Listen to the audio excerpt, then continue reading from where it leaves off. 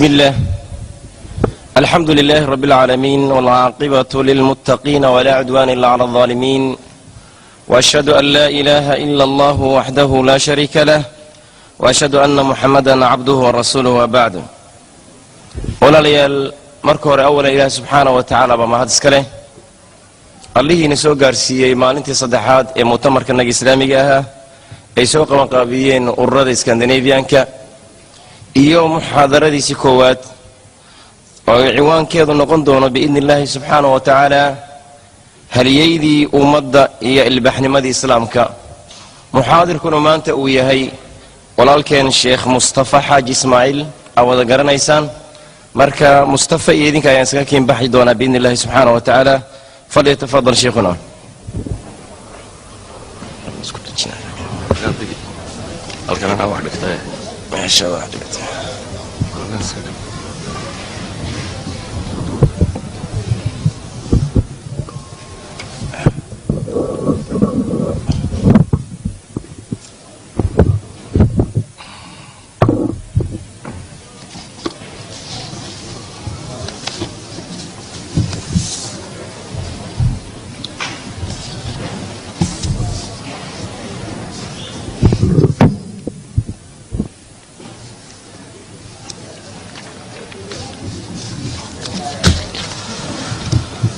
بسم الله الرحمن الرحيم. الحمد لله رب العالمين، والصلاة والسلام على سيد المرسلين محمد النبي الأمي وعلى آله وصحبه أجمعين، وبعد، فالسلام الله عليكم ورحمته وبركاته.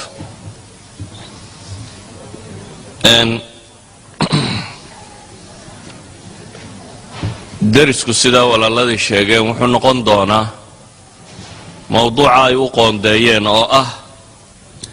halyeeyadii ummadda iyo ilbaxnimadii islaamiga ahayd. waa daris haddii lagu talagalo in si ballaadhan loo sharxo wakhti badan qaadan kara, haddii lasoo koobana tilmaamo uu noqon karaa. waayo waa laba shay oo isdul saaran. midi waa xadaara alislaamiya ama xadaaradii dadka muslimiinta ay dunida ku soo kordhiyeen, midina waa halyeeyadii ama hormoodadii horseedayay ee horkacayay xadaaradatan.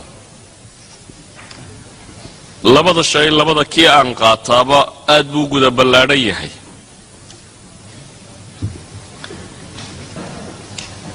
marka waxaan isku dayi doonaa wax yar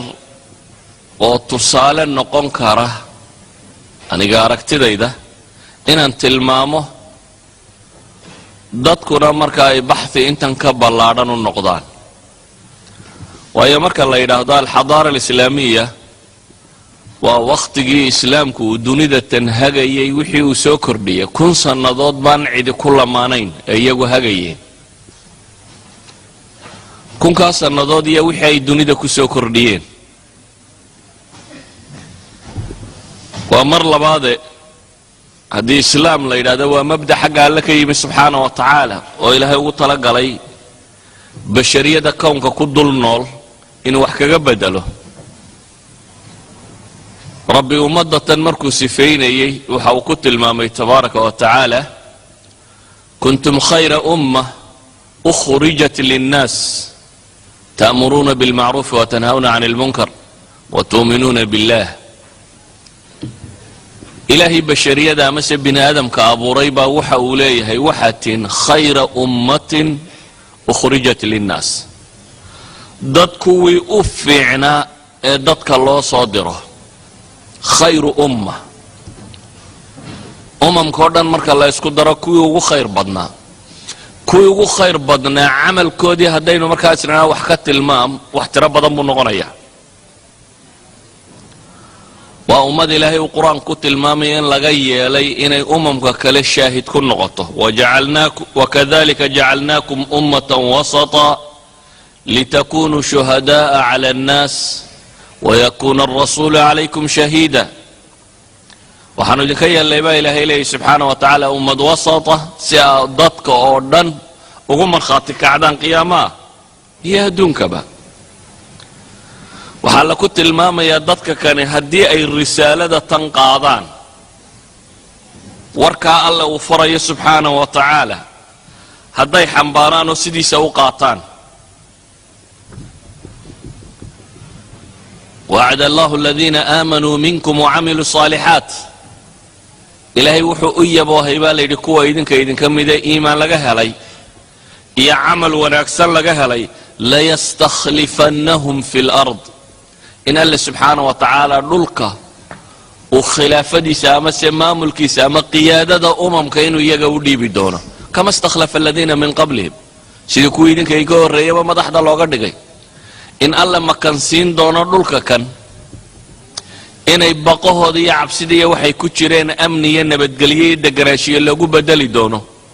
sharti waaxidaa laga rabay inay fuliyaan oo ah ilaahay inay cibaadadiisa keligii wadaan. yacbuduunanii laa yushrikuuna bi shay-a baa ilahay yidhi, inay ilaahay caabudaan subxaana wa tacaala cidna aanay ugu shariik yeelin. sidaa awgeed muslimiintu ilaahay wuxuu ku tilmaamaya huwa aladii arsala rasuulahu bilhuda wa diini اlxaqi liyudhirahu cala annaas liyudhirahu cala addiini kulli. caalamkay ku faafeen, maka islaamku ka bilaabmay saynu taarikhda islaamiga ku wada naqaano. waa lagu cidhiidhiyo, waa la maago, waa la dulaysto, waa la xoogay, waa ka hijroodeen, dhulal badan bay u hijroodeen. akhiiran madiina ayay degeen, madiina caasimaddii islaamiga ahayd u noqotay. dabeetana dowlad islaamiya bay alle makansiiyo gacanta u geliyey. muddo yar oo kontoneeyo sannadooda bay dunida calankoodu ka babanayay meel kastaba. daa maqli jirteen qolo tidhaahda dowladda ingiriiska la odhan jiray calankeeda cadceeddu kama dhaco, wakhtay joogeen marka aan cadceeda ka dhicin baynu odhan karnaa. wakhti yar bay waxay ku gaadheen inay ka taliyaan min Spain ilaa iyo China inta ka dhexle dunida. waan odhan karna waa dunidii waagaa la yaqaanay macruufka ahayd ee bini aadanba deganaa. wakhtigii bilowga ahaa maxay ku soo kordhiyeen dunida? xadaaradoodu maxay ahayd?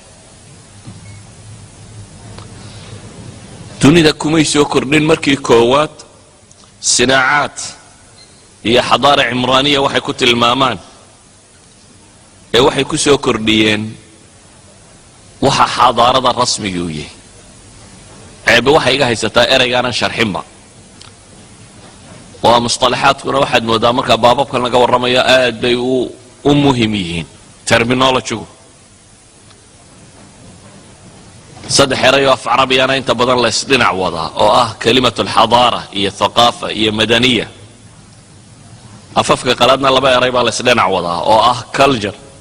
kuwii jarmalka iyo wixii la halmaalo ku hadli jiray, iyo faransiiska iyo ingiriiska iyo wixii la halmaalo civilization ama civilization. erayadaas iyo marka la sharxayo macnayaal kala gedisan lagu sharxo oo ah markaan soo duuduubo un isugu imanaya macno odhanaya basharku waxa uu mabaadi' xambaarsan yahay ee caqiide leh, ee fikir leh, ee fan leh, ee iqtisaad leh, ee shareeco leh, ee qaanuun leh, iyo waxa uu intaaj maadiya soo saaro oo lagu daro oo ah waxaanaynu naqaano maanta mala civilizationka. kaasun baaba imika dadku u fasirtaaye xadaaradan maadiga ah, materialka bini aadamku uu inventionska iyo wax soo saarkiisan uu sameeyo. islaamku markii koowaad wuxuu dunida dul keenay xadaaro qiyam ku saabsan, values.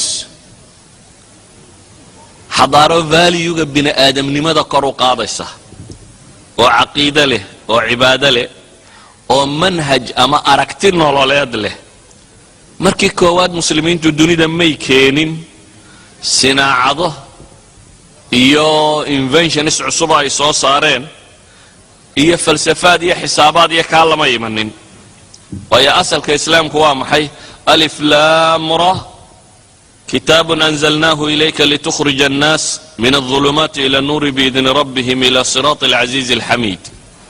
ilahay wuxuu leeyay subxaana wa tacaala waa qur-aanku waa kitaab aanu dadka u soo dejinnay baa ilaahay leeyahy nebi maxamed lagugu soo dejiyey maxaa loogu soo dejiyey litukhrija annaasa min aldulumaati ila annuur dadka in laga saaro madowyada madowga nololeed oo loo saaro iftiinka islaamnimada waxay keentay marka hore kow alxuriya basharku wax ma soo saaro haddaanu xor ahayn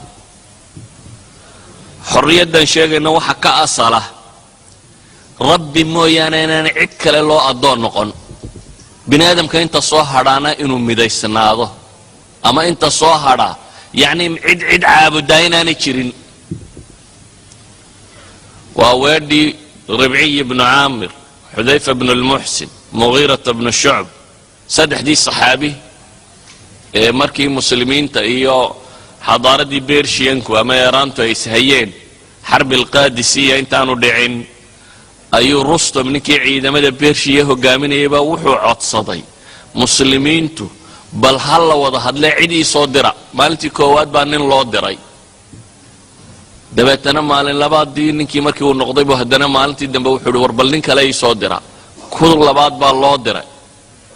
maalin saddexaadii kii markuu noqday buu yidhi war bal nin saddexaad ii soo dira ku saddexaad baa maalintii saddexaad loo soo diray isagoo rabay inuu eego bal nimankani waxaan soo saaray wuxuu yahay su-aal buu weydiinayay wuxuu lahaa warnimayo haddii dhulkiinnii gaajo iyo baahi iyo dhib idinka keentay aan wax idin siiya carrigiinnii ku noqda waa idin qani yeelaynaaye carrigiinni iyo dhulkiinni iskaga noqda iyana waxay yidhahdeen allahu btacatana ilaahay baa wuxuu noo soo saaray inaanu dadka ka bixinno min cibaadati alcibaad ilaa cibaadati illaahi waxdah addoommaha dadku addoommaha isu yahay inaanu ka saarro oo basharkao dhan u saarro rabbi oo keliya inay addoommo u noqdaan inaanu ka saarra bay yidhahdeen min diqi dunya ilaa sicatiha adduunka cidhiidhigiisa inaanu ka saarro adduunku waa wax yar oo cidhiidhiya waanu u saarno sicati ilaakhira aakhira iyo ballaadhkeeda waxaan u nimi bay yidhaahdeen inaanu dadka ka saarno min jawri aladyaan dulmiga diimaha ama dhaqamada bini aadamku haysta ay ku hayaan diintu waa wax alaaliya wixii dhaqana lakum diinakum waliya diin inaan kuwa ka saarro oo u saarno maxay ilaa cadli lislaam islaamku markaa wuxuu keenay kow xadaaro ku salaysan insaanku inuu xor noqdo qofna qof inaanu caabudin qofna qof inaanu u sarraynin boqorkiiyo miskiinku inay rabbi unu wada sujuudaan kii aan sujuudayna in loo ogolaado wuxuu aaminsanya inuu rumaysnaado laakiin kuwa rabbi u sujuudaya inaanu iska hortaagin mabaadi'dooda iyo waxooda waa aragti caalamka marka kan ku cusbayd oo aan jirin waxyaabahan dadka badhmaanta ay sheegaan xorriyadda in dhulkan loogu yimi ma aha xorriyaadka waxaa bilaabo keenay islaamka midna ogsoono waa dunidu xorriya mutlaqa ma jirto xorriyad dabarka laga furo sii daysani ma jirto basharku wuxuu isku hayaa maxaa xad u ah halkeeba xad u ah taa marka aan soo dhaafo xadaarada islaamiga waxay la timi aragti ah nasca insaaniyati alhadaf ah ama caalamiyati alufuq inay tahay global dunida oo dhan mabda' la rabo inuu ku faafo inaanu ahayn jinsi laga sarraysiinayo xadaarad baa dunida soo maray xagga qiimaha maadigaa wax keenay laakiin keenay iyagoo raba inay jinsi ka sarraysiyaan in daddad isticmaarsado inuu daddad u hoggaansamo inay daddadka kala maamulaan in dadna sayida noqdaan oo waxyeedhiyaan basharka inta kalena ay noqdaan cabiid hoos joogta xadaaraadka maanta dunida ka jiray ka mid tahay inkastoo iclaan weyn oo xorriyada la yidhaahdo freedom la sheego waxaan rumaysnay inaan waxba ka jirin xaqiiqada waxay tahay in jinsiyada qaar la rabo acraaqda bashariga qaar in la rabo basharka inta kale inay u taliso inta kalena in loo yeedhiyo oo la yidhahdo ama waad nala jirtaa ama waad naga jirtaa khalaas xorriyad kale ma lihid islaamku wuxuu waday nasca insaaniya shucuubtu inaanay kala sarraynin carab iyo cajam iyo cid walba muslimku wuu isu keenay markaan muslim leeyahay carab kama warramayo carab waa bayskii islaamku uu ku koray laakiin muslimku ma ahayn carab qura wuxuu ahaa min Uzbekistan min China ilaa iyo Andalus dadkii bashariyadii dhex taaglay ka dhaxaysay buu ahaa intii ka dhaxlay يا أيها الناس إنا خلقناكم من ذكر وأنثى وجعلناكم شعوبا وقبائل لتعارفوا إن أكرمكم عند الله أتقاكم إلهي وحوكنا مبادئ ألا لا يهي يا أيها الناس لما أرى يا أيها المؤمنون قرى لك ورب مايو الناس بأكملهم وارددوا با إلهي ليه ادق يلا بانا ذكا وضع أبورا شعوب كلا قد سنة وذكا أعراق قبائل شعوب نيشنز دق كلامي ده بيا كلا قد سنة maxaa laydinka dhigay inaa isku garataan oo noqdo mas'alo dadku hadduu hal koobi noqon lahaa basharku way isma barteen de waayo kii kaa soo arbaxba kii kaluun baad moodi lahayd laakiin waxaan idinka dhigay varietiskan waxaa laydinka dhigay inaa isku garataan baa ilahay yidhi subxaana wa tacaala ama xagga rabbi iyo dhowaanshiyaha iyo kala korrayntiin iyo saa u kala fiicantiin waa rabbigii idin abuuray saa ugu kala hoggaansan badantiin baa la yidhi hadday korrayn noqoto cirqi ka sarreeyaa ma jiro nin madoowo nin cad ka sarreeyaa ma jiro nin carbeedo nin cajama ka sarreeyaa ma jiro bashar aadam ka wada yimi baa tiin idan islaamku wuxuu keenay xadaara insaaniya bini aadamnimada u cuntanta taasaa waxay keentay shucuubtii caalamkii kala gadisnayd oo dhamme can tawcin inay u galaan islaamku ma furanin dadka dhulkoodii wuxuu furtay dadka quluubtoodii buu furtay walidaalika baa dhamme afafkoodii ba ilaabeen iyagoo ka doorbiday afafkii mabaadi'dii cusbayda loo keenay xaqa ahayd inay raacaan islaamku taasi wuxuu abuuray inuu abuuro silsila min cabaaqirati alcaalam oo bari ilaa galbeed isku xidhan oo islaam ku abtirsata oo bashariyada wax taraysa cabaaqira markaad culamada islaamka eegto kuwa caqiidada kuwa fiqiga kuwa xadiidka kuwa luqada carbeed kuwa qaanuunka kuwa iqtisaadka kuwa sharciga kuwa sayniska markaad dhammaantood eegto waa basharkii islaamku uu qalbigooda galay oo dhan maaha cirqi gaara alxadaara alislaamiya markaan ka warramayo maaha alxadaara alcarabiya maaha waa xadaaradii islaamku uu lahaa waa bashar ka soo jeeda min raashiya wadannada ka go-ay ilaa iyo andalus waa bukhaari waa muslim waa aya ragganaynu sheegaynaa bukhaarigan iyo muslimkan waa kuwama bukhaari waa nin bukhaara u dhashay tirmidi waa nin turmid u dhashay waa rag ka soo jeeda naysaabuur iyo dhul aan carab ahayn xagga kana rag carbeed baa joogay bale xataa luga alcarabiya rijaalka hogaaminayay waa siibaweyhi carab maa waa nin beershiyana idan islaamku wuxuu isu furay caqligii bashariyadu meel isugu keenay inay wax hore wada mariso iyadoo ajnaas kala nooca ah ayuu islaamku wuxuu weeleeyey cuquushii bini aadamka oo dhan taas buu isugu keenay inuu abu xaniifa iyo maalik iyo shaafici iyo axmed iyo thawri iyo bukhaari iyo muslim iyo tirmidi iyo majaalkii kale cilmiga maanta lagu sheego raazi kandi farabi ibnu sina ibnu nafis bayruni abilwafa inuu keeno cuquul majaalaadkay u dhaqaaqday cid waliba ay ka midho dhaliso islaamku xadaarad buu la yimi xadaarad ilaalisa mabaadi'da akhlaaqiga ah ka horaysiisa waxa kale oo dhan yacni xadaarad buu keenay markuu dagaalku jiro mabaadi' ku dhaqanta aan caruur dilin oo dumar dilin oo qof weyn dilin oo qof aan dagaalamayn dilin oo mid wadaadoo iska cibaadaysanaya dilin oo wax xadaarad buu keenay ka seegata maxbuuska in si fiican loola dhaqmo oo si quman loo xadaarad buu keenay keensata cuquudda iyo heshiisyada caalamiga in la ilaaliyo oo dadka muslimiinta hadday ahdi saxeexaan ballankaasi ay laazimaan oo mar raba aanay ka bixin xataa hadduu masaalixdooda ka hor imanayo nabi moxamed calayhi salaatu wasalaam quraysh oo kuwii dhulkiisa ka soo saaray ee la dagaalamay fidhiyuu ballan la galay sheegaya maxay qodobo sulxu xudaybiya qodobadu la galay waxa ka mid ahaa wixii muslimee soo baxsaday in lagu celiyo waa qodob adag wixii muslimka ka baxsaday gaalka u tagana inaan la soo celin qodobada heshiiskay ku jirtay waa meelahay qurayshiistiri waa bursateen dabeetana nabi maxamed waxa uu yimi muslimiin silsilada ku xidhan oo ooyeysa oo nabarra ku yaalleen oo toorjar ka soo baxday oo leh aanu ku raacno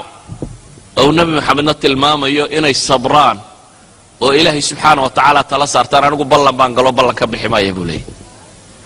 waa ballan uu ku celinayo nin muslima oo dhibi haysato oo dhib ka soo carroo jooga bimujarad inuu ballanka galo aanu marnaba ka bixin waa ballan uu nebi maxamed ilaalinaya ilaa xad muslimiin in gaaladu ku tidhaahda inaydan muslimka la soo dagaalgelaynin ballan naga qaada iyagoo la qabqabtay yidhahaan ballan baan idinka qaadnay oo hadhow yidhahdaan ilaahay rasuulkiisa iyo jihaadka saanu ka yeelna waxaanu la ballannay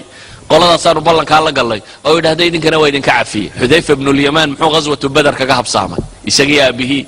quraysh baa qabatoo tidhi saxiixu muslimka xadiis ku yaalla ilowba ilow wuxuun baanu ku sii daynaynaa haddaanad nebi maxamed dagaalka la soga waa maalintuu dad ugu baahi badnaa beder waa maalintuu lahaa ilaah haddaad kooxdan yar halaagto dunida dib lagugu caabudi maayo ayuu wuxuu ku yidhi nafii lahum cahdahum wanastaciinu allaha calayh iyagana ballankoodaaan u fulinaynaa ilaahay baananu u kaalmaysanaynaa iska taga islaamku wuxuu keenay xadaaro markaasi ilaalisa dagaalka markay ku jirto akhlaaqda ilaalisa nabadda markay ku jirto akhlaaqda ilaalisa tashriicaadkeeda iyo mabaadi'deeda ay akhlaaq ku salaysan yihiin aan jirin mikafiili aan ahayn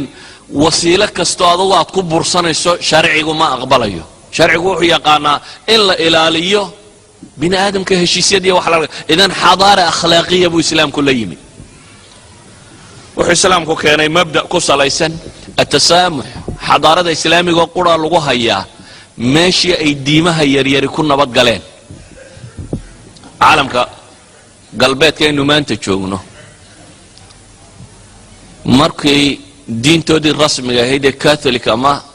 orthodoxka rasmiga ay haysteen waxay madaxa ka gureen wixii caqiidadooda eray ku khilaafay waa la saxqiyey muslimkii markii ay ka xoog bateen maalan waxay kala dooransiiyeen inuu dhinto inuu hijroodo inuu tooda raaco doorasho saddexaad ma jirto in lagu dilo iyo inaad guurto iyo inaad diintooda qaato ama muslimna waan ahaanaya waanan kugu dhex noolaanaya waa la diiday walidaalika maanta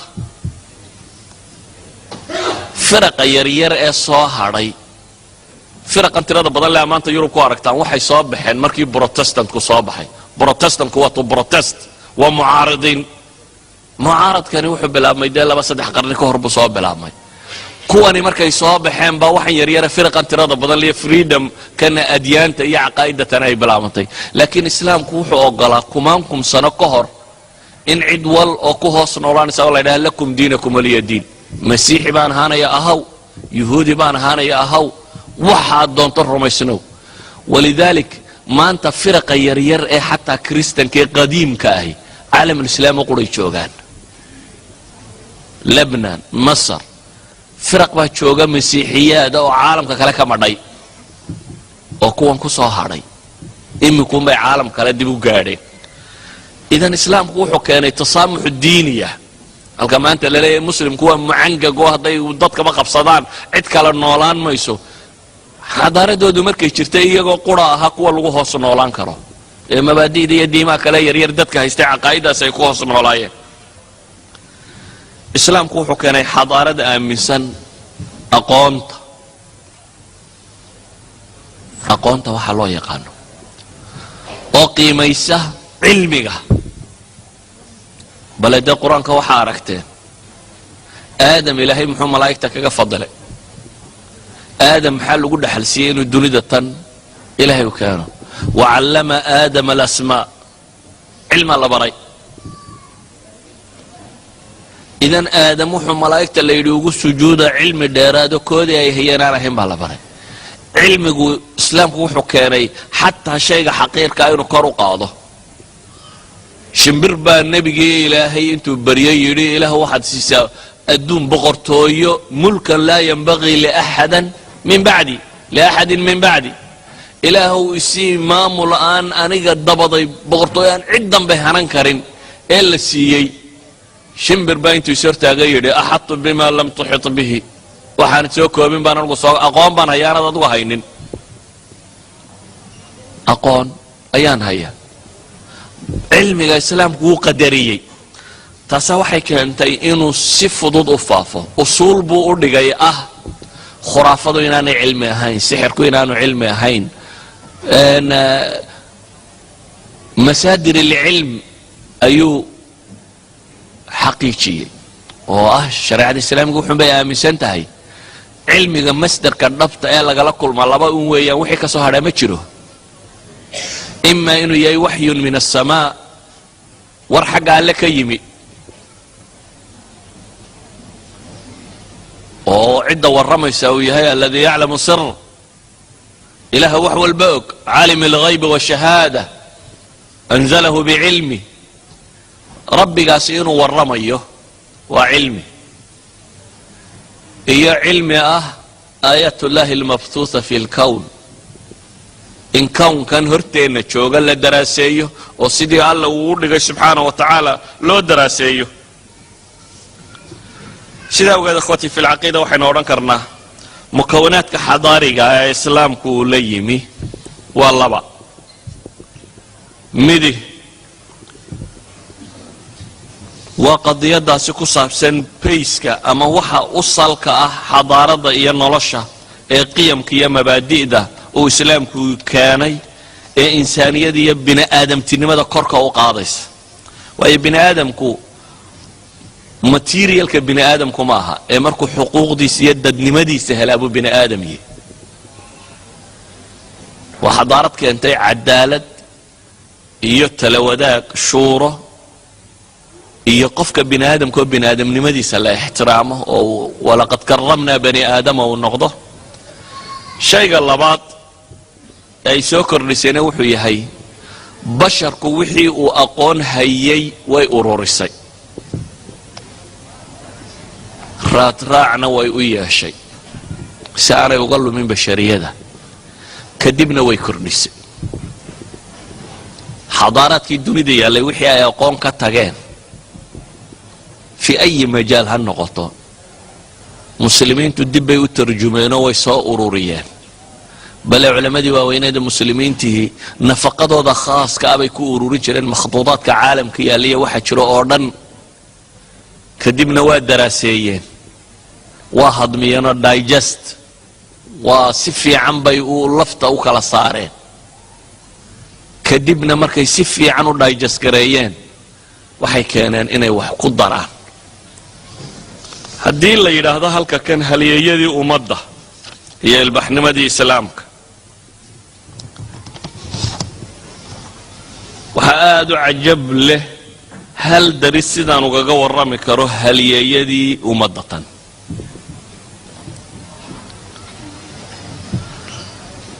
yaa islaamka u halyeeya. waxaan ka warramaa nebi moxamed calayhi salaatu wasalaam, waxaan ka warramaa saxaabadiisii, waa dadkii xadaaradan aynu sheegayna bayskaba u dhigay. waxaan ka warramaa taabiciintii, salafi saalix. waxaan ka warramaa dadkii xifdiyey diintan tale culamaa'i alxadiid iyo rijaalkii keenay manhajka cusub ee taariikhda bini aadamkii u baahan yahay inuu wax ku qoro, almanhaj altajribi fi taariikh, aljarx waltacdiil, iyo funuuntan musطalax alxadiid, ibtikaaraadka cusub ee dadka muslimiinta ay dunida ku soo kordhiyeen oo qaab akademik oo wax loo sugaan dunida hore uga jirin. ma waxaan ka warramaa culammadii fiqiga iyo qaanuunka, qaanuun distooriya iyo mid dad lagu kala sooco ee ijtihaadaadka sameeyey. ma waxaan ka warramaa culammadii taariikhda iyo waxa kan ka warramay. ma waxaan ka warramaa culammadii tafsiirka. ma waxaan ka warramaa culammadii luqada iyo adabka iyo fanka ka warramaysay. قول كستا وحي معجم الأدباء معجم الشعراء طبقات الفقهاء طبقات الأدباء انتاسو كتابا لقرأ ملايين من البشر علماء الجرح والتعديل يقول وحي كهض لي يعني ضد نصف مليون بني آدم كل الدو حقا كسواب العبا وحياتك وعجيبك وحيه وحلقة يا بعض ضدكو meelaha qaarkood inay yaqaaniin oo agtooda ay ka badatay laakiin bal tusaale yar baan siinaya si aan u soo dhaweeyo أحد المعاصرين محمد زهير حميدان وكمد من علماء التعليم سوريا أيا وحو قري معجم حديثه وكقول رمي أعلام الحضارة العربية والإسلامية في العلوم الأساسية والتطبيقية معجم كيسا وحو بحيي هل يدي حضارة عربتية مسلمين يكو صابسنا علوم أساسية هي التطبيقية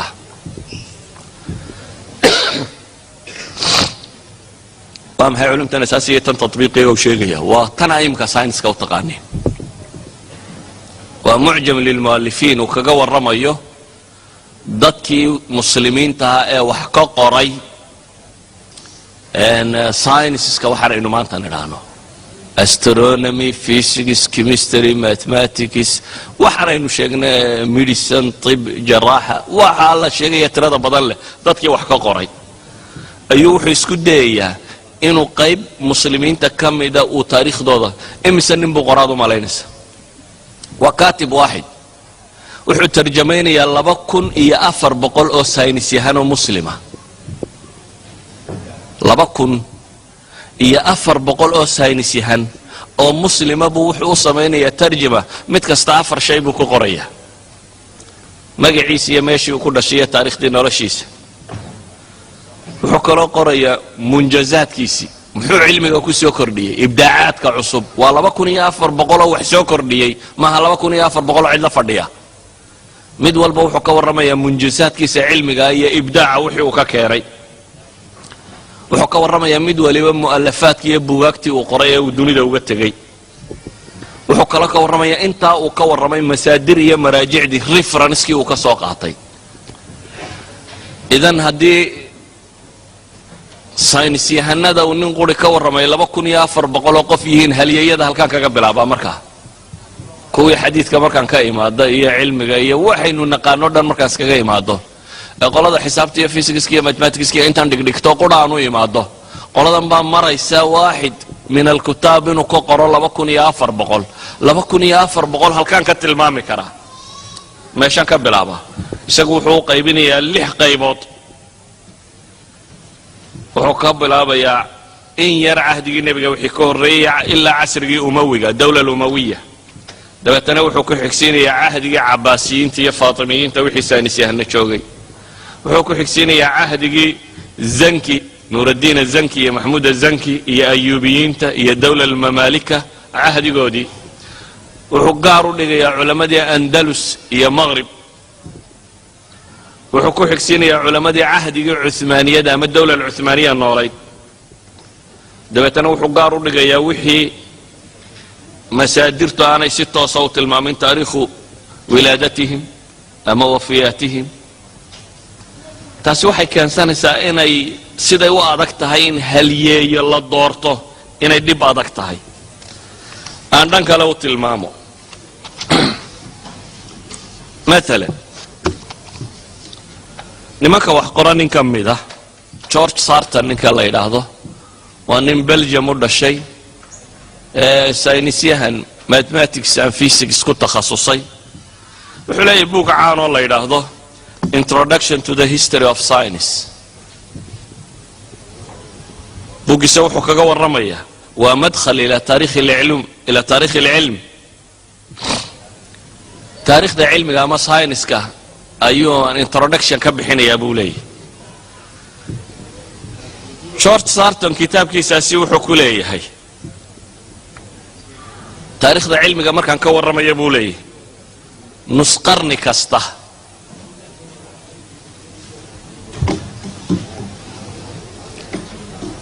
taariikhda cilmiga markaan ka warramaya buu leeyahay nus qarni kasta waxa aan magacaabi doonaa nin haliyey u ah saynis yahanada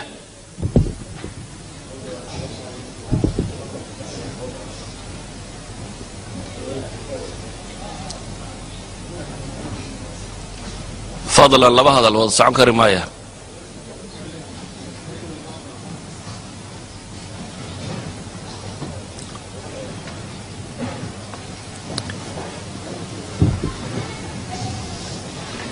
George Sarton waxa uu tilmaamayaa marka uu ka warramayo introduction-kaasi uu ka warramayo saynis yahanada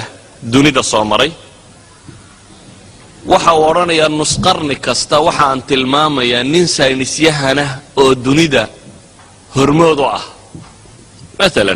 maanta marka laga warramayo saynis yahanada qarnigii 20aad Albert Einstein baa la yiraahdaa hormood ka ah waa hormoodka qarniga dhan saynis yahanadiisa bay ku tilmaamaan sidoo kale ninkani wuxuu leeyahay waxaan tilmaamayaa taariikhda cilmiga ee sayniska markaan ka warramayo nus qarni kasta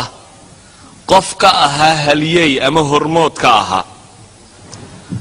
dabeetana markuu mas'alada tilmaamayo wuxuu leeyahay laga soo bilaabo qarnigii 750 taariikhda miilaadiga markay marayso that means waa qarnigii labaad ee hijriga 750kii miilaadiga laga soo bilaabo ilaa iyo laga soo gaadhay buu leeyahay qarnigii 11aad inta macnaheedu waxa weeyaan waa 350 sanadood 350 ka sanadood buu leeyahay dunida cilmiga lagu yaqaano caalim kasta oo uu nus qarni u tilmaamay oo yiri isaga dunida hormood u ahaa caalim muslima buu ahaa cid kale oo dunida hormood ka noqotay ma jirin 350 ka sanadood cid kasta oo la tilmaamo oo la yiraahdo dunida ramzi caalamiya weeyaan ramzi buu ku tilmaamay rumuuz figariska caalamiga ee sayniska hogaaminaya buu leeyahay dhammaantood waa 7 nin oo muslima buu tilmaamaya waa marka laga warramayo scienceski waa chemistry waa riyaada waa tib waa geography waa falak waa physics wixii marka laga warramayo 350 ka sanadood rumuusta la tilmaamayay buu leeyahay waa ragga kan waa kuwama waa Jabir ibn al-Hayyan al-Khawarizmi الرازي المسعودي أبي الوفاء البيروني عمرو الخيام وأنا من فنون كلا جديسان كنت تخصصي وحكى له تلمامية لما بقول يكونتو كسندود كحيجة بولا وقتها قرني كوبي تومناد مركا لقى بلعبوا لما بقول يكونتو كسندود كحيجة وأهبوا لي وقت الرينيسنسكي يوروبنا أي تاريخ ده وحكى صوغ لين علمي جاه markaana buu leeyahay hormoodada waaweyn ee la tilmaamay kuwa reer Yurub dhinac taagan ama ka weyn waxa kamid ahaa buu leeyahay rag waaweyn oo raggii muslimiinta kamid ahaa sida Ibn Rushd iyo Imam Tusi ama Ibn Nafis rijaalkaas uu tilmaamaya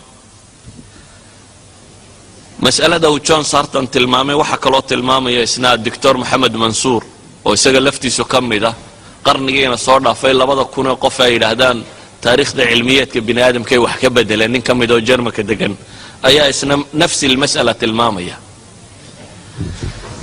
sida ogeed waxaynu leenahay markaan haliyay tilmaamno qayb iyada cidiba kuma haysato ka warrami maayo waliba haliyayada tani waxay dadka kale kaga gadisnaayeen baa jira taariikhda islaamiga haliyayada muslimiinta cilmiga marka laga warramayo waxay dhahdaan koow waa dad mawsuuciyiina mawsuucigu waa maxay imika waxa la yiraahdaa hebel uu takhasuso meel yarba ku takhasuso wax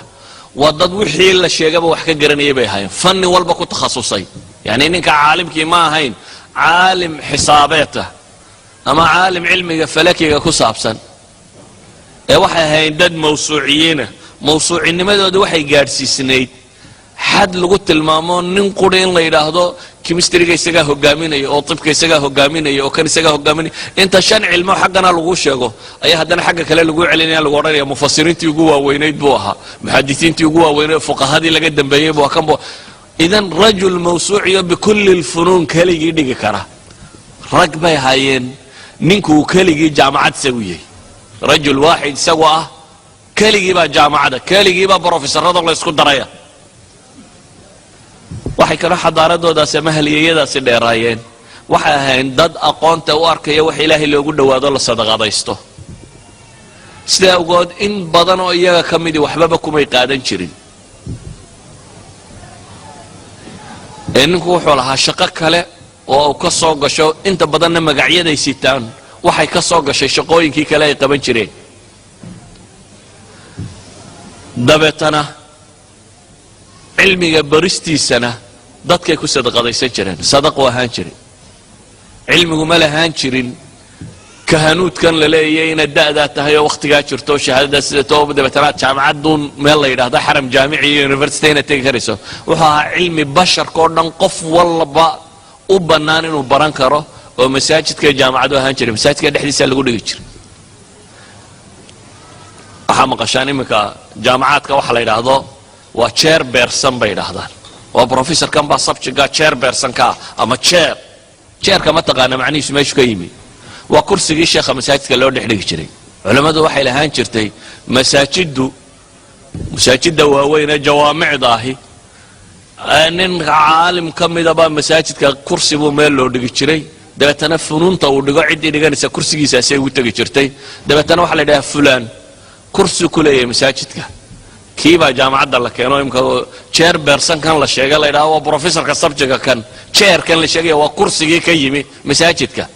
waa meeshii wadaadku fadhiisan jiray saa daraaddeed baa jaamacadda waxaa laga yaaba masaajidka 20 kursoo kale noocii inay yaaliin waa aragteen xaramka madiina oo kale halkaa sheekh kursi u fadhiyo wax iska akhrinaya mid kaloo xaggaa fadhiya masaajidda waaweynada muslimiinta caynkaasay ahaan jireen waxay ahaan jireen cilmigan ay wadaan intiisa badan marar badan waxaa isku jiri jiray aqoonta dhammaanteed oo aqoomo badan waxaa u geyn jiray maalan navigation ama juqraafi markaan soo qabtoo kale islaamku inuu faafo dunidoo dhan inay ogaadaan ilaahay khalqigiisa inay ku tadabburaan mutatallabaad sharciyaa jiray maalan salaaduhu markii maka la joogay waa la garanayay sida loo tukado iyo meelaha laga tukanayo markii laga baxee la fogaaday waxaa yimi masalada tan tawqiidkan salaada ah waxaa yimi masalada tan jihada ilan dunidoo dhan waxaa la rabaa inay maka u jeesato caalimka faqiiha ee andalus fadhiya ee kitaabka fiqigaa dhigaya dad kale kacbada waa inay u jeesataan waa inuu sheegaa kacbada inay xaggay xigtay dadku u jeesanayaan muxuu ku sheegayaa kacbadu xaggay xigta markaa waxay keensatay baaritaanka ay baadhayeen masaa'ilka cibaadada ee ilaahay ay ugu dhowaanayaan subxaana wa tacaala maalan salaad inay culumta falaga inteeda badan iyagu horu mariyeen xataa aalaadka maraasidii ama meelaha kan cirka laga odoroso qalabka lagu odoroso maalan astrolobiska waxaan la yidhaahdo astrolobiska waxay ahaayeen wixii ay soo saareen mu'adiniintii muslimiintu alistirlaab af carabiga lagu yidhaahdo istirlaabku waa shay aalad ama instrument dhulka inta la dhigo sheegi kara cadceedda iyo dayaxa iyo xidigaha iyo waxa kan socodkooda sheegi kara cadceedda iyo wakhtigay dhacdo iyo wakhtigay soo baxdo sheegi kara cadceedda iyo istiwaaga marka ay joogto waa qalab mu'adiniintii muslimiinta ay samaysteen si ninkan mu'adinkii salaadba mas-uulka iyo uu garan kara cadceeddu markay dhacday maqrib la gaadhay markay soo baxday salaada subax tegayso duurka marka la gaadhay ee istiwaagu wakhtigu yahay jadwal muxadada bay qori jireen iyagoo aqoontan sayniska iyagoo horumarinayay waxay keensatay inay baadhaan waxaan loo yaqaano qibladu xaggay xigtaa maanta qibladu xaggay xigta maxaynu ku isticmaalnaa maalan qolada calculationska sameeya waxay isticmaalaan waxay u yaqaaniin the great circle shay golob ama si qaabkan shay kastoo u samaysan sphericala 2 point oo spherical ku yaala meesha isugu dhow khadka ugu dhowa maramaha khad toosan waayo waa wuxuuba marka hore spherical yahay waa khad qalooca maadaama uu khad qaloocayay see loo xisaabinaya waxay yidhahdaan labada nuqtadood ee la rabo maka iyo meesha taaganta ee la rabo jidka ugu toosan ee laga tugan kara inaad heshaa waxa uu ku salaysan yahay circle-ka ugu weyn ee golobka lagu wareejin kara labada khadba mari kara meesha doonta ka wareeji circle-ku waa inuu labada khadbana maraa ka ugu weyna suurtagalana waa inuu yahay kaas baa wuxuu tilmaamaa jiheeyaha waa waxyaabahay soo saareen culimada muslimiinta iyagoo raba jugraafigan iyo waxay u horumariyeen iyagoo cibaado raadcaynaya xaj bay raadcaynayeen maxay rabeen waxa la rabay in la helo dariiqa ugu dhowe maka loo maro ee xujaajta andalus joogta ama china joogta si ay maka u qabtaan in la heli karo khadka ugu quman ee la mari karo bale waxay rabeen in la heli karo khadka ugu sahlan ee biyo dadku markay maalin waxoogaa safraanba meel biyale ay tegi karaan in la raadceeyo min maka ilaa china ama min maka ilaa andalus meel biyalo markaad gelin socotaba aad degi karto in la raadceeyo meel ariiqa oo cagtu mari karto ama farda mari karaan ama wax mari karaan oo aan dee buur un lagaa ridin ama saxaara afka lagu saarin ama dhul aan la mari karayn taasi waxay keentay inay navigate gareeyaan navigationiska ibnu batuuta waxay dhahdaan 75,000 oo mayl buu socday waa hal qof 75,000 oo mayl ayuu soconayo wax ka qorayay meeluu lug ku maro iyo meeluu faras fuulay iyo meeluu gaadho maxaa la yidhahaa dameer fuulay iyo meeluu doon fuulaba 75,000 min andalus ilaa jaynu soconayay inta ka dhexle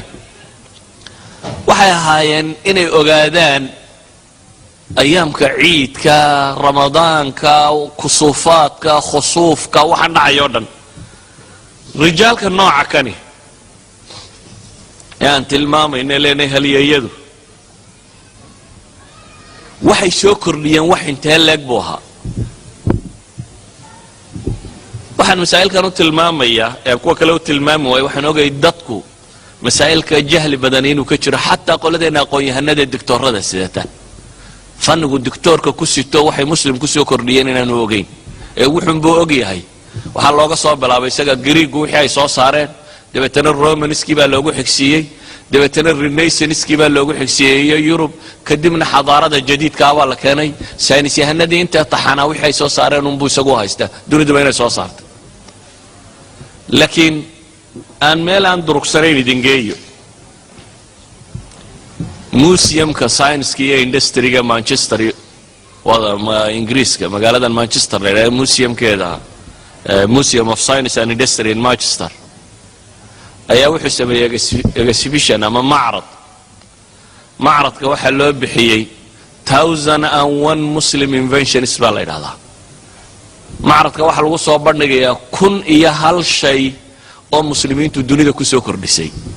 maad maqasheen waligan 1,001 shay oo muslim ku soo kordhiyay oo scientific ah hal museum qura soo bandhigaya kama warramayo waxay kutubtu qorto ama buugaagtu qorto ama culimadu qorto ama waxa kama warramayo waxaan ka warramayaa waxa ay soo bandhigeen hal macrad oo museumkaasi ku yaala Manchester ayaa wuxuu soo dhigayaa 1,001 Muslim inventions waa kamid ka qoray buug yar oo uu bixiyay the Muslim heritage in the world dabeetana 1,001 invention ku qoraya waa 25 pound balas ama 29 pound hadda u baahantii wuxuu ka warramayaa 7 sector 7 qaybood oo 1,001 shay ee muslimku ay ku soo kordhiyeen guriga iskuulka marketka caafimaadka ama hospitalka iyo dhakhaatiirta architecture iyo townka planning nadi dunida iyo geographigeeda iyo wixii ku saabsan universe iyo astronomy iyo wixii ku saabsan haddii aan isdhaahdo markaa haliyayadii muslimiinta ee soo saaray 1,001 invention ka waran maxay qaadanaysaa inaynu ka warranno 1,001 invention inta ay Manchester inoo sheegto qura ee buugooda ay ku qoreen daynu ka warranno waa waxaan waqtigu koobi karayn marka haddii la yidhaahdo haliyayadii ka warran meelan kaga bilaabaaba waa adagtay laakiin qaybo ka mida rumuustoodaasi haddaan wax ka tilmaamno maalan 7 nin ee uu ninka hore sheegay Sartre iyo Dr. Mohamed Mansour ay leeyihiin keligood baa saynis yahanada farta lagu fiiqa dunida ka ahaa qaar ka mid ah haddaan tilmaamno maalan waxa ka mid ah Jabir ibn Hayyan midna waan rabaa inaan idin sheego markaan ka warramayo haliyada muslimiinta waxaan ka warramayaa intaajka xadaariga ee kama warramayo dadka kani muctaqadkoodu sidoo sax waa yani fannigan hadduu ku takhaso xariif ku ahaa macnaheedu maaha inaan bidcaad ku jirin ama kani ku jirin waayo maanta galbeedka markaynu joogno xadaarada reer galbeed iyo waxay soo saartay laga warramayo ninka muslimka ee jaamacaddan ka baxay ee wax soo saara odhan mayno nin muslima wax soo saaray waa xadaaradii reer galbeed iyagay train garaystay iyagaa waxa ka soo saaray idan marka xadaaraadka laga warramayo waxa weeyaan bulshadii ku hoos noolay way aqoontii meesha taalluunbuu qofkani ka faa'iidaystay oo wax ku bartay ama systemkoodaa wax baray مثلا أعلام الحضارة الإسلامية هذين اللي لما كون يافر بقول أو أقويهن بكا ورمى حضارة الإسلامية هي كتاب يرو موجة سهرة ضربتان مثلا منظمة الإسلامية للتربية والعلوم والثقافة منظمة المؤتمر الإسلامي يقول إيه بوقتها يصوص عرتوك لو حكم بوغل هذا بنات الفكر العلمي في الحضارة الإسلامية وكور رمية حليمة الغراري ay qortay oo ka waramaya 40 aqoon-yahano kaliya isagu soo bandhigaya waa bug loogu talagalay schoolinka madaarista iyo waxaas inay akhristaan oo taariikhdii aqoon-yahanadan scienceska wax ku soo kordhiya muslimka inay ka waramaan 40 aqoon-yahano qura ayuu tilmaamaya laakiin si muujasa ayuu tilmaamaya مثلا الرجال كان la tilmaamaya waxa kamid ah Jabir ibn Hayyan Jabir ibn Hayyan وأن عهد هارون الرشيد نولا وأن طبيب هانشري علم طبك وحكاية قاني وأن كيمستريقا معروف كواها أما بيسكسكا كيمستريقا لا استعماله وآبهد بين ورنكرنا ولذلك برقب بروحة المامية إن لا أرنكره مثلا ماكس مايرهوف أي وحليي يمكن إرجاع تطور الكيمياء في أوروبا إلى جابر بن حيان بصورة مباشرة كيمستريغو هاروماركو كسمي يوروب أردن وحلو علين كرابولي جابر بن حيان وقرى وأكبر دليل على ذلك بورنية دليل كوجوين مسألة كنت سنية وحويان من المصطلحات التي ابتكرها ما زالت مستعملة في مختلف اللغات الأوروبية terminology يسيبوا لي إلا هدا بابك كيمستري قالوا استعمالها مثلا الكلي يسمى اي سي دي سي الكلي واحد سمينا المغلي جرين الكلي وامحي ولدي سكول هذا متشوكته الكلي واريا في عربيه والقلوي عشان واشا في عربيه كاف كان غير قلبتكم انتوا بدن قاف ما يلهين سدرادد وحلاليه وحي مسلمين تو ابتكار اي سو سارين حرف قاف وكجيرو موستلي waxay u qoraan maxay kaaf bay u qoraan مثلا كوفي waa maxay كوفي wuxuu kamid yahay ibtikaaraadkii muslimiinta كوفي waa erayga alqahwa oo la fool xumeeyay arabta markay muslimiinta ay soo saareen qahwa ayay u bixiyeen dabeetana turkida soo tarjumtay muslimiintii turkida qaaf ma jiro kaaf bay u bedeleen وما جرى في بي وبدلين كافي أي قرن كي تركيا كسي ترجمين قلنا كلا رجال قلبات كنا كوفي بوسين نقضي كوفي كانت مغل سوا قهوة الكلي كانت مغل سوا القلوي الكحول كانت مغل سوا محي وأمركو جابر من حيان يقولون الصوص علينا الكحول كا وحول بحي الغول لا غول فيها ولا هم ينزل آيات القرآن كايد بكون سوقاتي الغول بو بحي لكن غين ماله الغول waxay noqotay alcohol kiba hadan arabtu dib u turjumano marka ay dhahay alcohol kul hada wa kalmadi wadaadkani soo saaray maxay ahayd alghawl idan qaaf iyo kaaf iyo erayadatan maadaama aanay qoyn iyo kuwani ku jirin luqadka kan inta badan waxay isticmaalayeen hatta mesela cotton bad maqasha cotton waa maxay waa cotton ويعرف عربية سي لو ترجمي وحلالية وحا دركت انت بدن كي سي وحنا القرآن الساينس كوتشرا مست وإريا عربي كي موقف يغين ميرنا وبحث يسوع صارين علماء المسلمين تهري مثلا نيكا كاني وحسوكر لي قونتا وح بدن حتى علومة التكنيكال كتكنولوجي وحيابو كسوكر لي معادنتا يسيد الله صافي يالو فولاد كان بهالكان لا يدادية سيدا الله سمايو دركا iyo sida loo rinjiyeeyo waliba rinjiyadan aan biyaha sii daynin loo mariyo waxa lagu tilmaamaa quraarada sameynteeda sida loo sameeyo wuxuu ku soo kordhiyay thani oxide magnesium ka waxa la yiraahdo lagu isticmaalo isaga keenay waxyaabo badan waxay yiraahdaan 232 ilaa 500 inta ka dhexla bay kutubtiisa ku tilmaamaan jaabir ibn xayaan intii bugaaga u qoray bugaagtanina mostly waa sciences mostly waxaan uu buug qoro dhama waa sciences bugaagtiisa inta ugu badan le waxaa la tarjumay qarnigii 17aad hijriga kana waxaan u jeedaa miilaadiga ayay tarjumeen waa ninkii keenay fikradda tan distillationka khamrigan iyo waxa kan in isagoo pure la distill garayn karo fikraddana in nashawaadkan iyo waxa kan inta meesha lagu shubo dabeetana la khamiriyo markuu khamriyoobo la kariyo marka la kariyo khamrigu biyaha iyo waxaasi wuu ka maxay boiling pointkiisu wuu ka fudud yahay 40 degree meelaha wax yar buu ku markiiba boil garoobaya intaan materialkii kale boil garoobin dabeetana uu xagga kale ka di'iyo waa distillation formka kan hadhowna xaggan laga fadhiisiyo dabeetana isagoo pure alcohol la soo saari karo fikraddan ay ku samaysan yihiin alcoholska samaynteeda inta badani waa fikradihii uu lahaa ninkan jaabir ibn xayaan yacni waa ninka uu ku tilmaamaya ninka reer galbeed max meyerhof uu leeyahay ma suurtagal ahayn aqoonta chemistrygu inay horu socoto ninkan la'aantii maalan qarniyada nimanka la tilmaamaya hogaaminaya waxaa ka mid ah khawaarzimi khaywa ayuu ku dhashay khaywa waa uzbekistan meesha nimanka la yidhaahdo uzbekistan taasi kadib uu ka yimi waa raggii baqdaad wax ku bartay baqdaad buu deganaa caasimadii muslimiinta 236 hijriyada meelahaasi ayuu geeriyooda filaya waxaa lagu tilmaamaa dunida mathematicianadii soo maray kuwii ugu waaweynaa inuu ka mid yahay walidalik ayaa ishaamaadkiisu ama waxyaabaha injaaska uu soo maray alkhawaarzimi haddaad aragto bugaagta gaalada khawaarzimi ma qoraa waxa qoran algorozmi allogarithmskan iyo waxna waa ninkii sameeyey waa ninkii soo kordhiyay waxaan loo yaqaano maanta alarqaam alcarabiya findiga ka soo tarjumay deetana dunida baray arqaamka carabiga waa maxay waa tirada tan ama 1 sidan u qor ama 1 2 3 sida tan u qor labadaba xaggan bay ka yimaadeen reer galbeedku maxay lahaan jireen waxay lahaan jireen alarqaam arumaniya arqaamta rumaaniga soo ma taqaaniin kan labada dhinac laga v da tan labada dhinac laga mariyo x l m c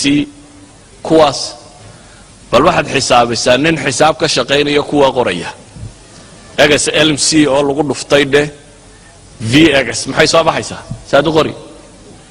suurtagalba maaha in wax la xisaabiyaa idan mathematical operation isu inay suurta gashaba oo wax la xisaabin karo khawaarzimi baa ninkii ka dambeeyay 1 2 iyo tirada yar iyo waxa yare la qoro keenay ee soo tarjumay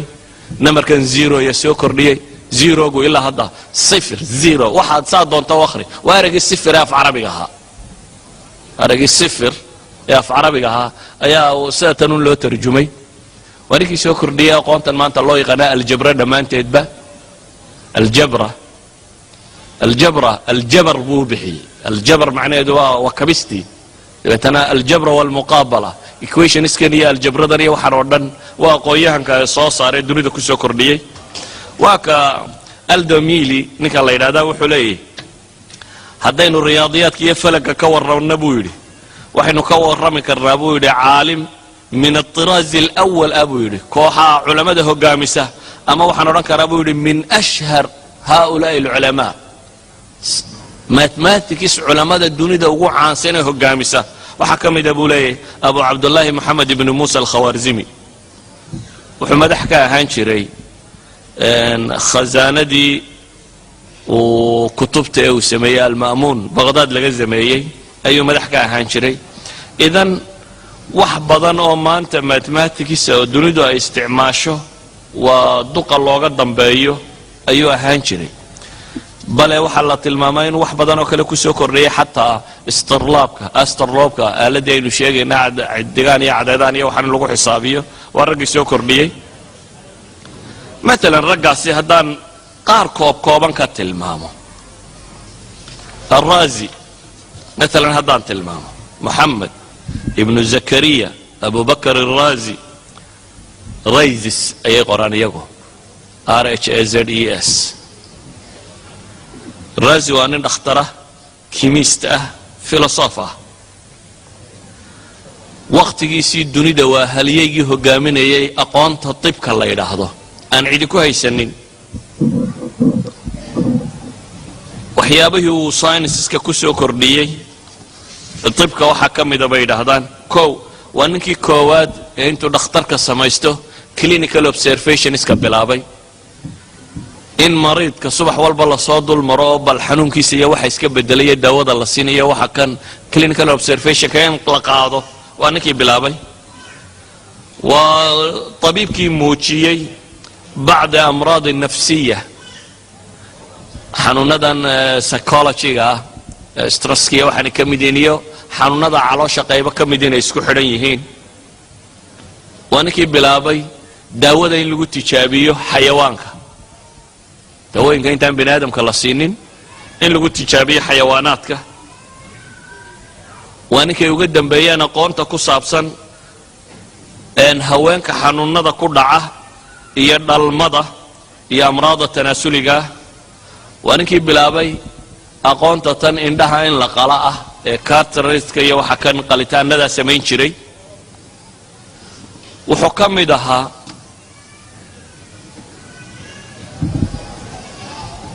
wuxuu lahaa mu ahayn tabiib qudhe saydali buu ahaa isaga wuxuu qor samayn jiray dawooyinka iyo waxa kan xataa chemistryga sulfuric acid kan iyo waxa kan isagaa soo saaray xamid al-kibrik kana yidhaahdaan wakhtigiisii zaytu zaaji buu odhan jiray isagu waa sulfuric acid lafteeda kuxuusha masalada aynu jaabiru nisbaynayna isaga laftiisa waa loo nisbeeyaa wuxuu leeyahay ilaa 220 buug buu qoray oo ka mid yahay buuggan caanka ee la yidhahda alxaawi xaawigu ilaa qarnigii 18aad meelahaasi waa medicine buuggii ugu weynaa ee dunida yaalay xaawigu waa jaamacaadka yurub oo dhan waa marjicii sayniska ugu weyn ee loo noqon jiray Cambridge University iyo kuwa maraajicdii sayniska ugu waaweyn ee loo noqon jiray waa xaawiga way tarjunteena waxay u bixiyeen continents bay yidhaahdaan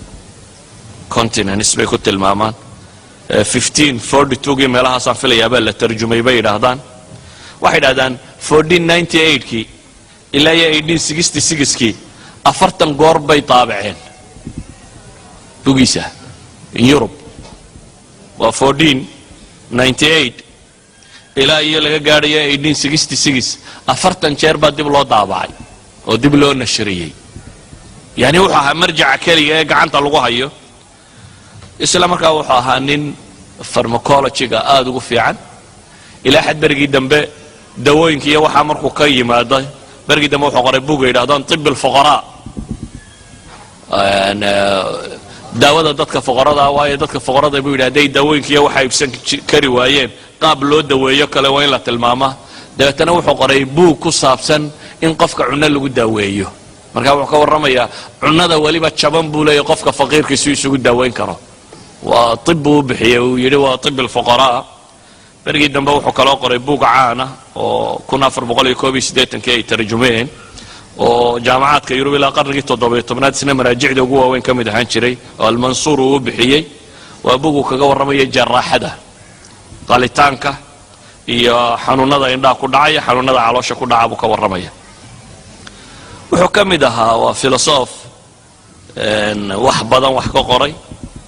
waa raggii xaqiijiyay dhulku inuu laba wareeg sameeyo mid on its axis ah iyo midkan uu cadceedda ku wareegayo labadaba ka warramay waa ninkii cadeynayay cadceeddu inay ka weyn tahay dhulka saynisyahanadii ugu horreeyay ka warrama waxaa kaloo cadeynayay dayaxu inuu dhulka ka yar yahay oo aanu isagu leekayn wuxuu soo saaray runtii ibtikaaraad aad u tiro badan leh halyeeyada waqtiyadan macruufka waxa ka mid ah ninkii Bayruni la odhan jiray imaam al-Bayruni Muhammad ibn Ahmad Abu Rayhan al-Bayruni al-Khawarizmi Bayruni isna Uzbekistan ka soo asalkiisa ku dhashay waa nin caalim ku ahaa mawsuucaadku ka mid ahaa yani caalim mawsuuciya mathematics physics علم الفلك astronomy طب فلسفة أديان ديمها تاريخ ده لغاتك أدبك وحاصر ده خبير بك وده هانجري سارتون جون سارتون كينو شيغيني وحلي بيروني بويدي كان الرحالة فيلسوفا رياضيا فلكيا جغرافيا وعالما موسوعيا ومن أكبر عظماء الإسلام ومن أكابر علماء العالم في كل زمن بكسفينيا وجون سارتر كي بلجيكي ها حلين كان وحوها نين صعدا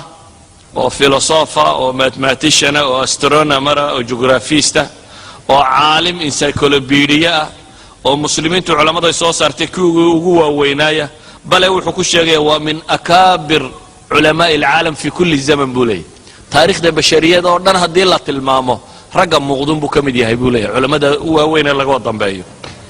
ishaamaadka مثلا uu soo kordhiyay ninkan waxa kamid ah masaladan خطوط العرض longitude iyo latitude iska bidiqa waa ninkii koowaad uu qora ee uu tilmaama waa ragii niqaashayay masaa'ilkan ku saabsan dowraan al-ardiga wuxuu tilmaamay 18 element buu kasaafadooda scientific uu ka hadlayay oo isagu bidiqa waliba uu tilmaamay waa ninkii cadeynayay dawgu ifku surcadiisu inay ka dheerayso surcatu sawt wuxuu muujinayay مستر سميث ayaa wuxuu ku tilmaamaya kitaabkiisa taariikh riyaadiyat wuxuu leeyahay ninkan odayga ahi waa aqoonyahan yani faniga kan ragii looga dambeeyay qawaacid caanan uu leeyahay yani haddaan raggan islaado ka waran kama warrami karayno مثلا imaam zahrawi wuxuu ka tegay 200 oo qalabka wax lagu qalaa ilaa hadda tiyaatarada wax lagu qala qalabkiisa qaybo badan baa yaala إمام الزهراوي الأندلسي موسوعة طبية صدق فوليوم له وحوصا invention كيسة وكتاب كيسة كجور رمي وحكم ده لما بقول أو قلب أو كم ده وحلقوا قاله جراح هذا قرق قوة سماعي وحنو كتير ده مركه حضارة إسلامية واحد بدن بيدوني ده تنكسر كرلسي kuwii ay reer galbeedku iyagu sheegayeen un baanan idin sheegay kuwan anagu haysanayeen haliyada dhabta kama waramin culamadii fiqiga culamadii iqtisaadka culamadii aqeedada culamadii tawxiidka kuwii culamadii rasmiga ah waxaan ka warrano qura maadiyaadka nololeed ee maanta dunida taala kuwii wax ku soo daray aynu leenahay hadda la tilmaamaya 1001 invention ay leeyihiin inuu yaalo idinkuba taga معرض كاسي museum كاسي museum of science and industry in Manchester وتسهل ليس والله أعلم بالله التوفيق والسلام عليكم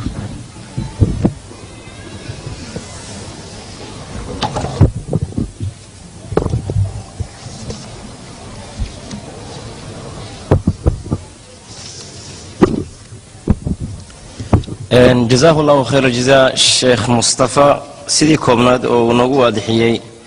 halyeeyadii ummadda iyo ilbaxnimada islaamka taasoo aad dareemaysid maanta caalamka islaamka meesha uu marayo haddii ahaan lahayd dhinaca cilmiga iyo siday ahaayeen halyeeyadii ummadda muslimiinta haddii khaasatan aanu fiirino shacabkanaga Soomaaliyeed meesha uu maanta cilmigu marayo Ilaahay subxaanahu wa ta'ala ka warrami kara iyo dhibka iyo dhibaatada ay maanta ay ku sugan yihiin oo loo diidan yahay xataa inay nabadu ama yeeshaan ama ilmuhu ay wax bartaan احتلال لما أنت كجرة تصنع ويان درو مركا ولا ليال وحان سؤاشة وهو الرئيس ولا الويدين دون بإذن الله سبحانه وتعالى أي تهي شيخ مصطفى محاك اللي في إن أتكسو ورمتي هل يدي أمد المسلمين تا مانتنا أي مريان تتك مسلمين تا واقعا يكسو لي المحاسة ودباتاس كاني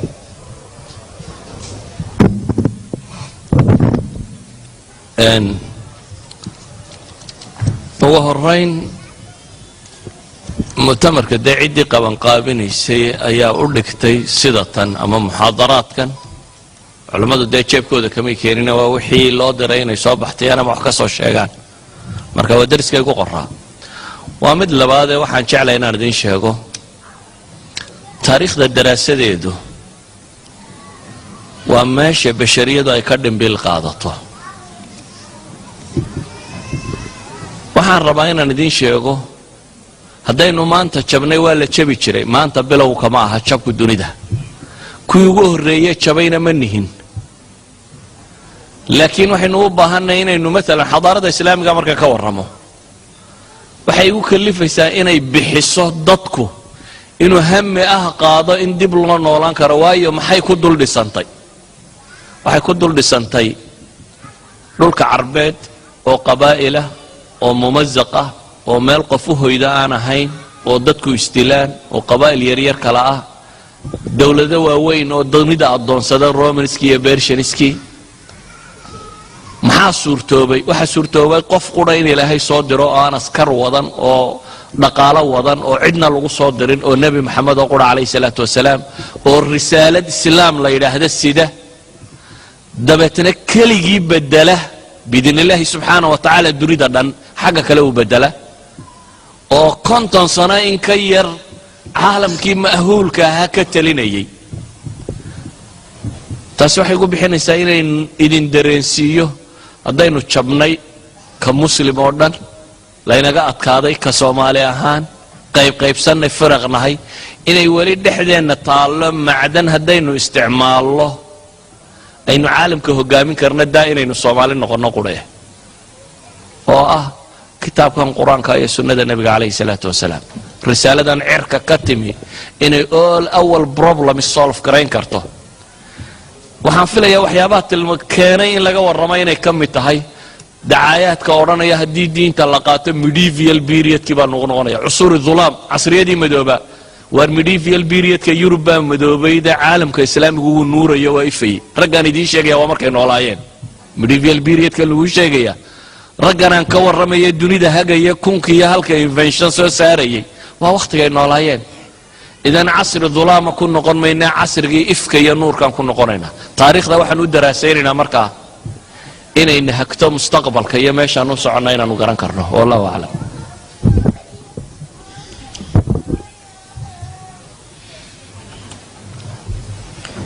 saa'ilkani wuxuu weydiinayaa, sheekh waxaan iskuulka ku bartay in dhulka ama adduunka sida kubad u samaysan yahay, maxay ka qabtaa diinta islaamka?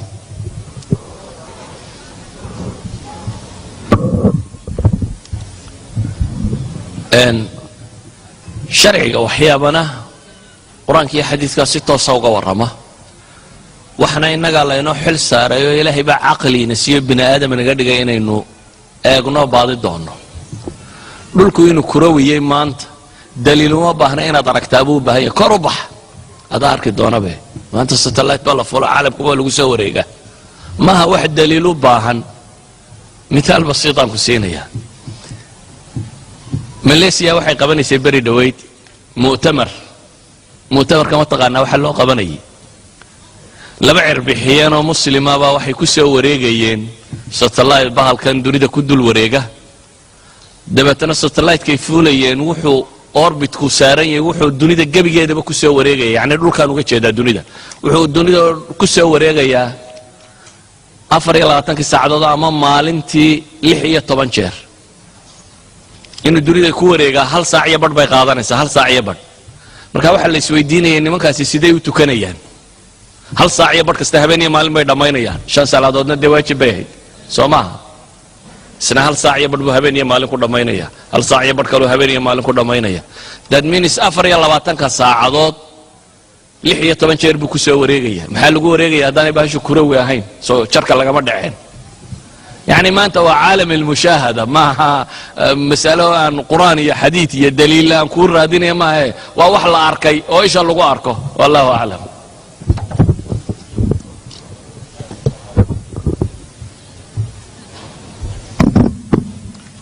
سائل كان مركو غهر سوق السلام يا شيخ كقدر الوحو كلية هي ما برانكرا علمي فلسفية ما حيث دينتك قبطان.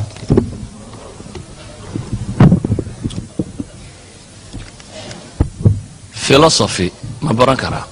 فلسفي هو محي الحكمة البشرية والنتيجة دي عقلك بني آدم كوحيابا قاركود مركو في رصدا أفرتي سقيبات بمركا الله يسكو داره أما ميتافيسيكس هالنقضة أما epistemology هالنقضة أما يعني أفرتي سقيبات يشاقا بمركا الله يسكو داره مركا محوكا والرمية ميتافيسيكس مثلا محوكا والرمية ما وراء الطبيعة محاكا دنبئية نيجر كان ينوم موقضة إله أبو ري ملايي آخرا ما جرتا عقل ابن آدم وحبك كيني وأنتي سبغاني محا قرآن يا حديث الله سودجي أما محا إلهي الرسول شو سودري جري in masaa'ilka kan la isaga jawaabo waxaan uga jeedaa adoo madhan ha baranin adoo madhan haddaad barato waad waalanaysaa waayo weel madhan haddii qashin laga buuxiyo wuu iskagoobayaa filosofigu waa xikmadii bini aadamku uu ururiyey xikmadaasi wax saxana waa leedahay wax qaladana way leedahay wada sax maaha filosof ka dambeeya wuu buriyaa ilaa haddana siduun baa laysu burinaya taariikhda falsafadee la hayo maanta waxaa laga yaabaa taarikhda hore ilaa 4500 wax ka badan afkaartii bini aadamku kala dhexlaya wax ka mid inay qoran yihiin laakiin waxaa mid waliba kii ka dambeeyuu beeniyey waayo waa caqli bini aadam waa inaad markaa yeelataa waxaan isburinaya meel aad ku kala xukunto aad ugu noqoto maalan haddii laga warramayo dunida ilaah ma leedahay mise ma laha muslimna aad tahay maraajic miyaad haynin in ilaah jiro sheegaysa ama khaaliq ama dunidan abuuray ama caynkani yani waxaan uga jeedaa uun waa natiijadii fikirka bini aadamka ahe waxaad ka horaysiisaa inaad adigu ardiyadii aad isku taagi lahayd meeshaad isku taagi lahayd inaad hesho oo ah diin rasmiya inaad barato ka labaad nolosha maxaa wax loo bartaa in laga faa'iideeyo wax ku tara inaad maanta meel fadhiisato oo caqliyo fikirtaa waxba ku kordhin maysid waxa kaaga roon waxa aakhiradaada iyo adduunkaagaba wax tari kara practical scienceska baro mostly iyadaad wax ku keenaysaa physics baro technology baro petrol baro kan baro dhakhtar baro wax tarayo basharkana laakiin hebelo wuu qaldanaa un haddaad barato aristotle waxa ka saxsanaa aflaatoon aakhira waxba kama tarta hadda labadaa ninkii saxsanaatoona marka haddaad intaa isku mashquuliso meel cilaabaad joogtaa wallahu aclam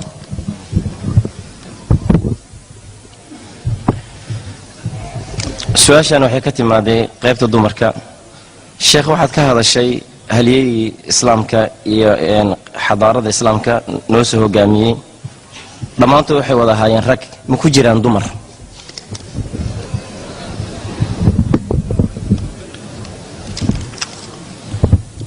waxaan dareemayaa caalamkii qaybsanaabaa joogtaana rag iyo dumarka loodhan jiray islaamku muslim iyo muslimad buu yaqaana dad mu'min iyo kaafir buu yaqaanaa taa macnaheed waxa weeyaan jinsiga islaamku wuxuu yaqaanay basharka wax isdhammaystira uma aqoonin dad loolamoo la isku diro midba mid ka xoog bato maalina dumarka la legdo maalina ragga la legdo tan iminka waa legdin uun legdintii baad isweydiinaysaa talow beri hore aa lagadeen ma jirta waa intaa umaan filayaa caalamka islaamiga culamo dumari waa soo martay oo aqoon-yahani laakiin inta badan waxay juhdigooda ku bixiyeen caalamka islaamiga dumarkii joogay kuwan inay rabeeyaan culamada noqonayay sida daraaddeed waxaa ka badnaa marka la eego culumta tatbiiqiga ragga maantana weli waa ka badan yihi saynis yahanada maanta dunida imsaa dumar ku haysaan miyaan la xoroobin miyaan la sinmin meeya enishtaanadoodii dumarka tan cusub miyaa ku haysaan waxay isleedihin tii horaa dadka dulmiday yani cid walba wixii alla u abuuray bay shaqaynaysaa wallahu aclam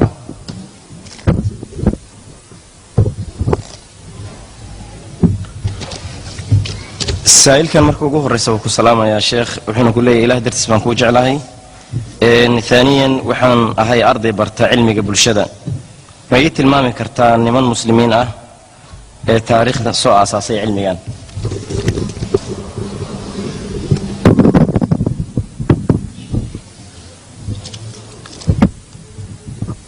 cilmiga bulshada kitaabka iyo sunnada ka warrama culimada muslimiinta ee kitaabka iyo sunnada aqoonta u lahaa in badanoo ka midana waa ka warrantaa haddaad takhasus ahaan u jeedana waxaan kugula talin lahaa kuwa maantaba joogay cilmiga bulshada ka warrama muslimiinta uu takhasuskiisayey la xidhiidh iyagaad wax badan ka helaysaaye anigu masaladayda waxay ahayd inaan macallin deris loo diray soo diyaaray cilmiga bulshada kuma takhasusin wax badanna ma ka garanayo laakiin waxay ahayd sidii dee muftiyada ama culammadii mawsuucada ahayd ee horena ma yihi oo aad waxaad doontaan weydiinaysaan laakiin wuxuu ahaa deriskan la ii diray inaan wax idinka tilmaamo wixii taariikhdu ka qortay muslimkaa hore jiray wallahu aclam